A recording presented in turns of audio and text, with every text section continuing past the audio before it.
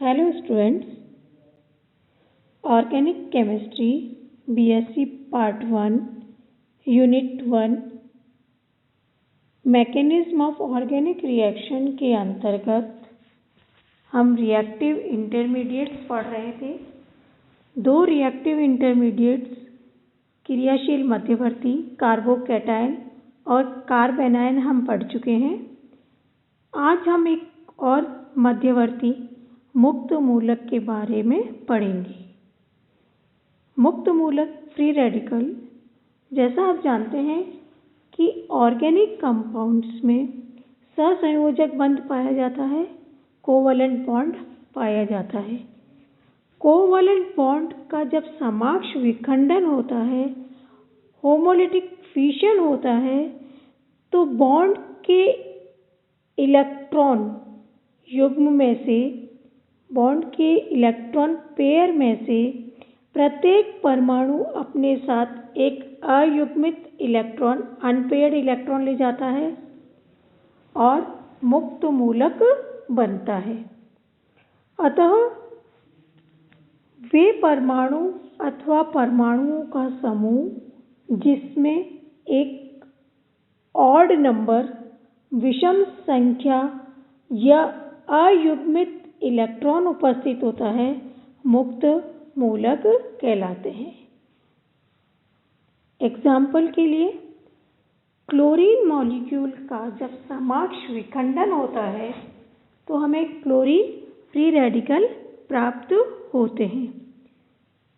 समाक्ष विखंडन से बने हुए परमाणु अथवा समूह विद्युत उदासीन होते हैं। वह अयुग्मित इलेक्ट्रॉन के कारण ये बहुत अधिक क्रियाशील व कम स्थायी होते हैं। कहने का मतलब यह है कि अगर हम मुक्त मूलक को डिफाइन करें या परिभाषित करें तो इसको इस प्रकार से परिभाषित किया जा सकता है। अतः वे स्पीसीज जिसमें कार्बन परमाणु पर अयुग्मित इलेक्ट्रॉन उपस्थित होता है तथा सहसंयोजक बंध के समाक्ष विखंडन से प्राप्त होती है, कार्बन मुक्त मूलक कहलाती है। कार्बन मुक्त मूलक भी कार्बोकैटायन की तरह 4 प्रकार के होते हैं। पहला, प्राथमिक मुक्त मूलक, प्राइमरी फ्री रेडिकल। वे मुक्त मूलक जिसमें ऑड इलेक्ट्रॉन, विषम इलेक्ट्रॉन प्राइमरी कार्बन अर्थात उस कार्बन परमाणु पर उपस्थित होता है जो केवल एक अन्य कार्बन परमाणु से जुड़ा होता है, प्राइमरी फ्री रेडिकल प्राथमिक मुक्त मूलक कहलाता है। एग्जाम्पल है इथाइल फ्री रेडिकल। दूसरा प्रकार है द्वितीयक मुक्त मूलक, सेकेंडरी फ्री रेडिकल। वे मुक्त मूलक जिसमें विषम इलेक्ट्रॉन सेकेंडरी कार्बन अर्थात उस कार्बन परमाणु पर उपस्थित होते हैं जो दो अन्य कार्बन परमाणुओं से जुड़ा हो, उसे सेकेंडरी फ्री रेडिकल या द्वितीयक मुक्त मूलक कहते हैं। इसे 2 डिग्री के द्वारा व्यक्त करते हैं। एग्जाम्पल है आइसोप्रोपाइल फ्री रेडिकल। तीसरा प्रकार है तृतीयक मुक्त मूलक, टर्शियरी फ्री रेडिकल। वे मुक्त मूलक जिसमें विषम electron, odd electron tertiary carbon अर्थात उस कार्बन परमाणु पर उपस्थित होता है जो 3 अन्य कार्बन परमाणु से जुड़ा होता है, टर्शियरी फ्री रेडिकल कहलाते हैं। इसे 3 डिग्री से व्यक्त करते हैं, डिनोट करते हैं। Example tertiary butyl free radical. चौथा प्रकार है मिथाइल फ्री रेडिकल, मिथाइल मुक्त मूलक। वह मुक्त मूलक जिसमें विषम इलेक्ट्रॉन उस कार्बन परमाणु पर उपस्थित होता है जो केवल 3 हाइड्रोजन परमाणु से जुड़ा होता है, अन्य किसी कार्बन परमाणु के साथ कोई बंध नहीं बनाता, मिथाइल मुक्त मूलक कहलाता है। मुक्त मूलक की अगर संरचना को देखें तो मुक्त मूलक की संरचना में जैसा कि हम जानते हैं कि कार्बन मुक्त मूलक के संयोजी कोश में उसके वैलेंस शेल में 7 इलेक्ट्रॉन उपस्थित होते हैं तथा यह sp2 संकरित अवस्था में रहता है, जिसमें से 3 sp2 orbitals hybrid orbitals 3 sigma bond बनाते हैं तथा शेष बचा हुआ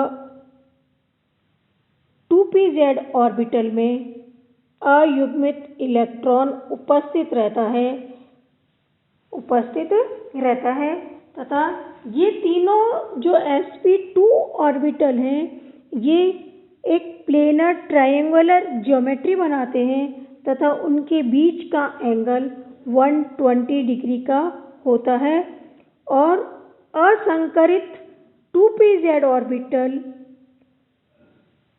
अनपेड इलेक्ट्रॉन के साथ स्थल के लंबवत उपस्थित रहता है।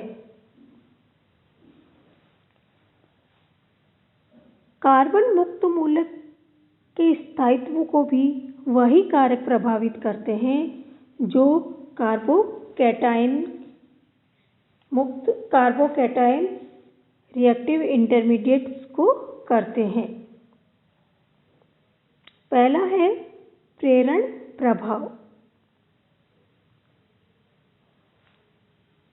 एल्काइल ग्रुप का +I इफेक्ट पड़ता है, अतः कार्बन फ्री रेडिकल पे जितने अधिक एल्काइल ग्रुप होंगे उतना ही अधिक इलेक्ट्रॉन डेंसिटी देंगे, उतनी ही अधिक इलेक्ट्रॉन घनत्व देंगे तथा कार्बन की इलेक्ट्रॉन डेफिशिएंसी को उतना ही कम कर देंगे, अतः कार्बन मुक्त मूलक का स्थायित्व उतना ही अधिक बढ़ता जाएगा। अतः अगर हम इस कार्बन फ्री रेडिकल के स्थायित्व को देखें, उसका क्रम निम्न प्रकार से होता है: 3 डिग्री, फिर 2 डिग्री और 1 डिग्री लास्ट में है आपका मिथाइल फ्री रेडिकल। दूसरा प्रभाव है अतिसंयुग्मन प्रभाव, hyper conjugation effect. Carbon free radical के केंद्र परमाणु के साथ यदि कोई एल्काइल ग्रुप जुड़ा हो तो समूह अतिसंयुग्मन का प्रभाव दिखाते हैं। इसमें अयुग्मित इलेक्ट्रॉन युक्त pz कक्षक एल्काइल ग्रुप के हाइड्रोजन के साथ बंधित सिग्मा ऑर्बिटल के साथ ओवरलैप करके अयुग्मित इलेक्ट्रॉन का डीलोकेलाइजेशन कर देते हैं। अतः प्राइमरी मुक्त मूलक से टर्शियरी मुक्त मूलक की ओर बढ़ने पर अनुनादी संरचनाएं की संख्या बढ़ती जाती है, अतः मुक्त मूलक का स्थायित्व भी बढ़ता है। प्राइमरी फ्री रेडिकल में आप देखते हैं कि 3 बीटा हाइड्रोजन होते हैं, इसकी 4 अनुनादी संरचनाएं बनती हैं, हाइपर कॉन्जुगेटिव फॉर्म्स बनती है। सेकेंडरी में 6 बीटा हाइड्रोजन होते हैं और 7 अनुनादी संरचनाएं बनती हैं, जबकि टर्शियरी फ्री रेडिकल में 9 बीटा हाइड्रोजन परमाणु होते हैं और 10 हाइपर कॉन्जुगेटिव फॉर्म्स बनती हैं। इसलिए टर्शियरी फ्री रेडिकल सबसे अधिक स्थायी होता है, फिर सेकेंडरी और लास्ट में है आपका प्राइमरी फ्री रेडिकल। यदि मुक्त मूलक के संयुग्मन में कोई पाइबंध उपस्थित होता है तो p ऑर्बिटल और पाई संयुग्मन द्वारा p पाई कॉन्जुगेशन के द्वारा अयुग्मित इलेक्ट्रॉन का डीलोकेलाइजेशन होता है। संयुग्मन के कारण, कॉन्जुगेशन के कारण अनुनादी संरचनाएं बढ़ती जाती हैं तथा फ्री रेडिकल का डीलोकेलाइजेशन बढ़ता जाता है और मध्यवर्ती का स्थायित्व भी बढ़ता जाता है। एग्जाम्पल जैसा हमने लिया एलेलिक फ्री रेडिकल और benzylic free radical. Allylic free radical में एक संयुग्मित कॉन्जुगेटेड पाई बॉन्ड है, अतः दो अनुनादी संरचनाएं दर्शाता है, जबकि बेंजीलिक फ्री रेडिकल के संयुग्मन में बेंजीन वलय के 3 पाई बॉन्ड उपस्थित हैं, अतः ये 5 अनुनादी संरचनाएं बनाता है तथा अधिक स्थायी होता है। अगर हमारे पास विभिन्न फ्री रेडिकल हैं तो उनके स्थायित्व का क्रम निम्न प्रकार से है। ट्राइफिनाइल कार्बन फ्री रेडिकल सबसे अधिक स्थायी, फिर डाइफिनाइल फ्री रेडिकल, फिर बेंजीलिक फ्री रेडिकल और फिर है allylic free radical. 3 degree, 2 degree, 1 degree और लास्ट में आपका मिथाइल फ्री रेडिकल। ये तो था reactive intermediate free radical. Next lecture में हम पढ़ेंगे carbene and नाइट्रीन free radical. Thank you.